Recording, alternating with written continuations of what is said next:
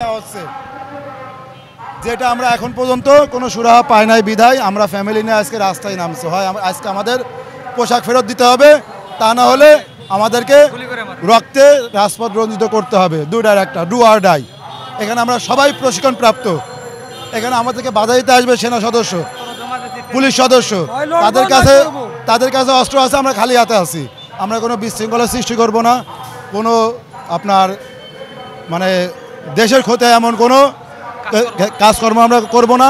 আমরা শুধু আমাদের সম্মান, ন্যায্য সম্মানটুকু ফেরত পেতে চাই এবং আপনাদের মাধ্যমে দেশের জনগণের কাছে এবং আমার সেনা নৌ বিমান বাহিনী প্রধান এবং মাননীয় উপদেষ্টা বড় মানে কাছে আমার বিনীত অনুরোধ আমাদের, যে দয়া করে আমাদের ভুল সবাই করছে, ভুল বর্তমান আমাদের সেনাপ্রধান ওয়াকারুজ্জামান স্যারও করছে। কারণ আমরা যখন আজ থেকে আরও 8 মাস আগে প্রধান উপদেষ্টা বরাবর স্মারকলিপি দিয়ে যায় যমুনাতে, তারপরে কিন্তু তিনি সেনাপ্রধান, নৌপ্রধান এবং বিমান বাহিনী প্রধানকে ডেকে আমাদের পুনর্বহাল করার আদেশ দিছে।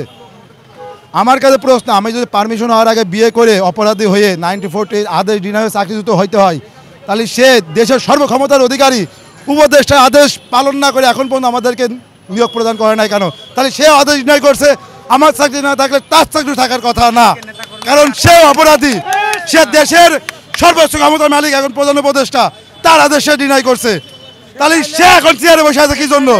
সে চাইলে 1 সেকেন্ডে চিঠি পাবলিশ করে আমাদের জয়েন করাইতে পারে না, সেনাপ্রধান সেটা করে নাই। ইভেন আমাদের নৌবাহিনীর 21 জন সদস্যকে ডিসপোজাল দিছে, কিন্তু তারা এখন পর্যন্ত হাতে পায় নাই, কারণ আমাদের সেনাবাহিনী আমাদেরকে কিছু দেয় না। সেনাবাহিনী দেয়, নৌবাহিনী পাবে। তার মানে আমাদের সেনাবাহিনীর জন্য বাকি 2 বাহিনী এখন পর্যন্ত পাচ্ছে না। আর সবচেয়ে বড় কথা যে আমরা ভুল করছি, সব কিছু করছি, ভুলের জন্য যে আমরা চাকরিচ্যুত হই ভাই, এর সিম্পল বিষয়। আমি যদি আমার ফ্যামিলি, আমার আব্বু আম্মু অসুস্থ, আমার আব্বুর হার্ট পার্সেন্টের বর্তমানে 16% আছে, 2টা জয়েন্টের কিডনি, যে নালিটা বন্ধ হয়ে গেছে, আমি চিকিৎসা করাইতে পারতেছি না। আমার আব্বু আম্মু দেখাশোনার জন্য আমি পারমিশন আগে বিয়ে করছি, আমি এটা অপরাধ করছি, আমি স্বীকার করতেছি। কিন্তু আমার ওয়াইফ কিন্তু আমার নামে কোনো রিপোর্ট, কোনো নোটিশ, কোনো ওয়ারেন্ট আমার ইউনিটে আসে নাই।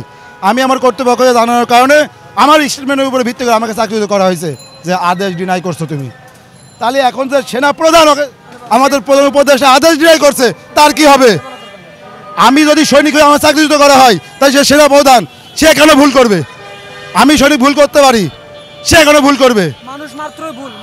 এবং মানুষ, পৃথিবীতে সকল মানুষই ভুল। আদম আলাইহিস সালাম ভুল করছে, আদম আলাইহিস সালাম থেকে শুরু করে আজ পর্যন্ত থেকে বুকে হাতে বলতে পারবেন আমি কোনো অন্যায় করি নাই বা আমি ভুলের সাথে সম্পৃক্ত নই।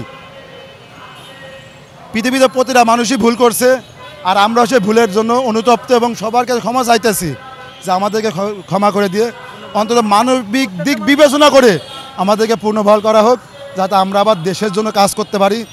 কারণ এখন পর্যন্ত আপনার আমাদের প্রতিটা সদস্য যেহেতু ট্রেনিং প্রাপ্ত, আপনি একটু খোঁজ দেখেন যে দেশের ক্লান্তি লগ্নে আমরা কিন্তু সবার আগে এখনও পর্যন্ত ঝাঁপায়ে পড়ি। তাহলে কেন আমরা বাহিনী থেকে দূরে থাকবো? বাহিনীর বিপক্ষে কেন আমাদের কথা বলতে হবে? কেন আমার সেনাবাহিনীর প্রধানের বিপক্ষে কথা বলতে হবে? কারণ তার আদেশেই তো আমরা দরখাস্ত জমা দিয়েছি, যে তোমরা দরখাস্ত জমা দাও, আমরা তোমাদের ব্যবস্থা করতেছি। 9 মাসে কোনো আমাদেরকে ব্যবস্থা করা হয় নাই। আজ পর্যন্ত আমি বিগত 5 বছর আমি আমার বাড়ি যাইতে পারি না ভাই। আমি আমার বাপের একমাত্র ছেলে, আমার বাপ অসুস্থ, আমি দেখতেও পারি না। কারণ আর্মির থেকে যখন আমাকে ধাক্কা দিয়ে শূন্য হাতে বের করে দেওয়া হয়েছে এলাকায় বা গ্রামাঞ্চলের প্রবাদ আছে, অন্যায় না করে তোরা কী জন্য বের করছে, হয়তো বা কোনো মামলার সাথে আমি কাউকে মুখও দেখাইতে পারি না। আমার ভগ্নিপতি আপনার মতনই একজন জার্নালিস্ট, বিডি নিউজ 24-এ, সে আমার সাথে পর্যন্ত কথা বলে না যে আমি হয়তো বা কোনো অপরাধ করে আসছি। আপনাদের মাধ্যমে, দেশবাসীর মাধ্যমে আমি 3 বাহিনী প্রধানকে সবিনয় অনুরোধ করবো, স্যার আমাদেরকে মানবিক দিক বিবেচনা করে আমাদের স্ত্রী সন্তান বাপ মার মুখের দিকে অন্তত, আমি অন্যায় করছি আমি সাজা প্রাপ্য, কিন্তু আমার জন্য আমার ফ্যামিলি এখন ভুক্তভোগী, আমার ফ্যামিলি, আমার বাপ মা সবাই ভুক্তভোগী।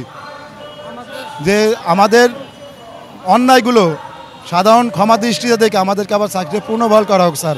আমরা দেশবিরোধী কোনো কর্মকাণ্ডে জড়িত না এবং জড়িত হইতেও চাই না।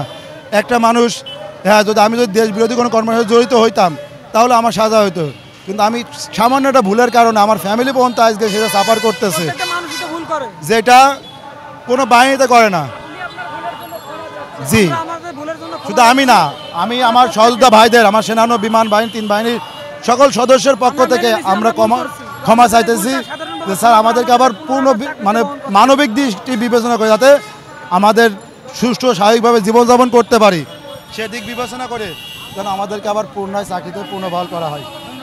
ধন্যবাদ ভাই।